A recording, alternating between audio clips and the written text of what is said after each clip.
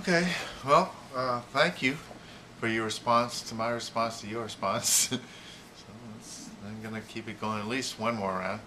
Um, the arguments you presented and the perspective you seem to have is is libertarian. And libertarian is very much a product of the Enlightenment era. Um, and our founding fathers were very much products of the Enlightenment. And the Enlightenment was rooted in science, okay? And it was a rebellion and opposition and to a large extent, God. It was before the Enlightenment, people were ruled by very authoritarian chains of command, which reached all the way up to God. Okay, or their interpretation of God, the invention of God, if you will. Monarchies, kings ruled by divine right. That is, they were put there by God, at least that's the story they gave the peasants. Everyone had their place in the social hierarchy. The ones who were ruling were put there by God. And that's how things worked for the longest time. This was the monarchy of England, for example, that we rebelled against. So the Enlightenment sort of turned that completely on its head and said, well, social organizations are bad because they're hierarchical and they lead to corruption and everything else. That you get these kings and tyrants and everything else. So the founding fathers and libertarians, to a very large extent, see any kind of organization as being very threatening and something to be very wary of and to place lots of limits on the power. Now, I do agree that there have to be limits on the power of social organizations. I think there are ways of doing that, but I see the purpose of social organizations, and I'll get to that in a minute. But the problem with libertarian thinking is that it works, what it sets up and what it presents as its utopia is a political environment and an economic environment where individuals compete. There are no organizations to speak of, and that individuals compete with other individuals.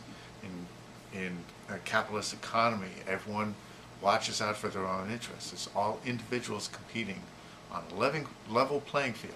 That's the idea. Political individuals competing on a level playing field. They don't have any benefit of any organizations, or they don't have the benefit of the government even. The government is supposed to be the referee. The government does nothing but keep the playing field level, okay, and introduce basic rules, okay. That's the libertarian utopia, with the government as strictly as a referee or an official that does not participate, only enforces the rules, where individuals are the only members or the only entities that are allowed to compete. Well, there are problems with that, and the problems are that, we, whether we like it or not, are members of larger social entities. We're members of families, we're members of communities, members of towns, members of states, countries, planets. So, and the problem is that if you only empower individuals to act, there are certain problems that can only be addressed by social entities, by social organizations, such as climate change, such as pollution,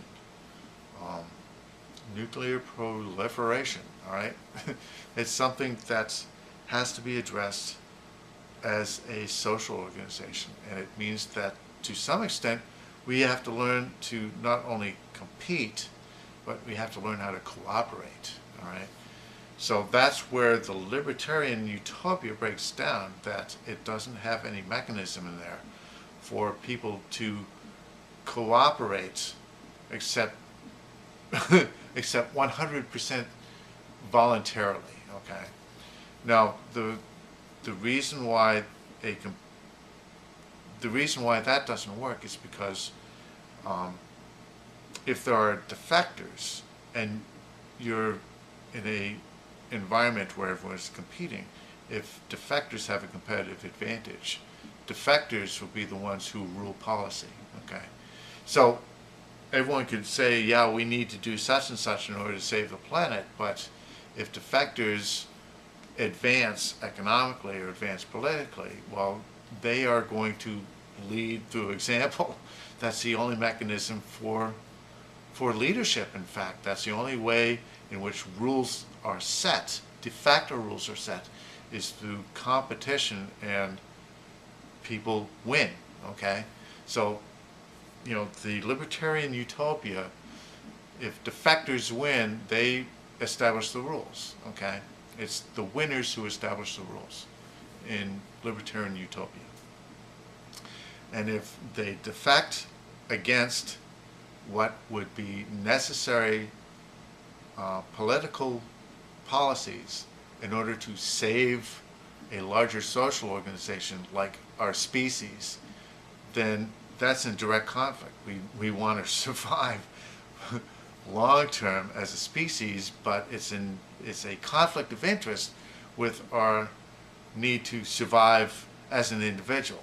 So part of the problem with libertarians is that it always presents these conflicts of interest between surviving as an individual and surviving as a member of a larger social organization.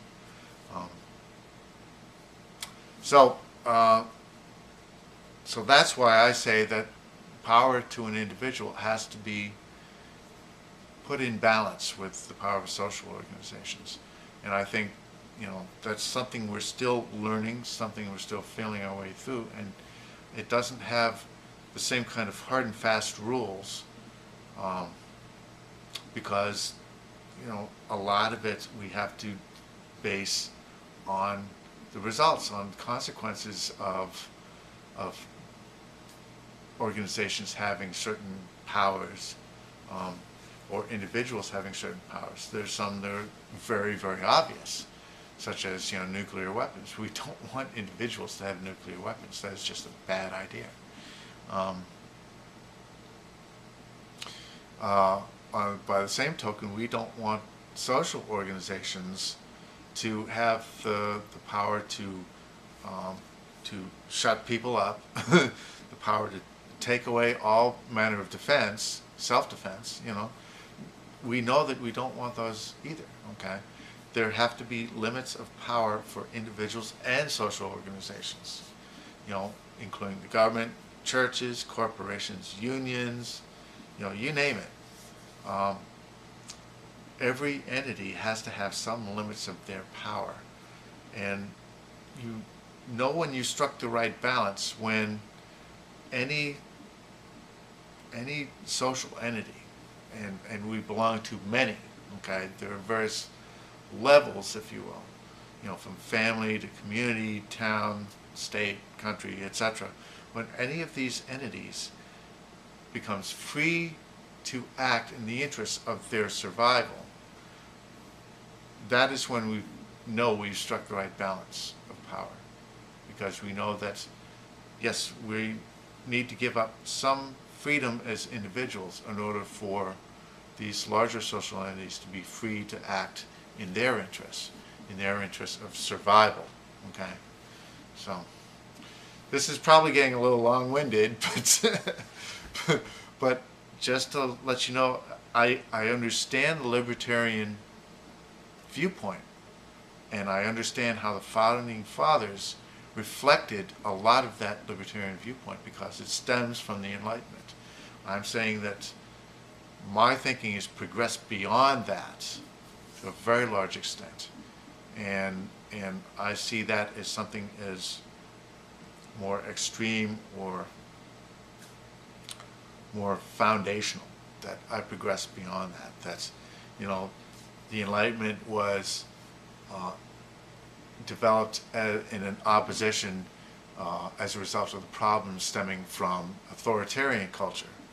Well, there are problems stemming from libertarian culture, and I'm trying to address those. Okay, so anyways, that's all for now. Thanks for responding, and look forward to your response if you care to make one. So that's all for now. Thanks.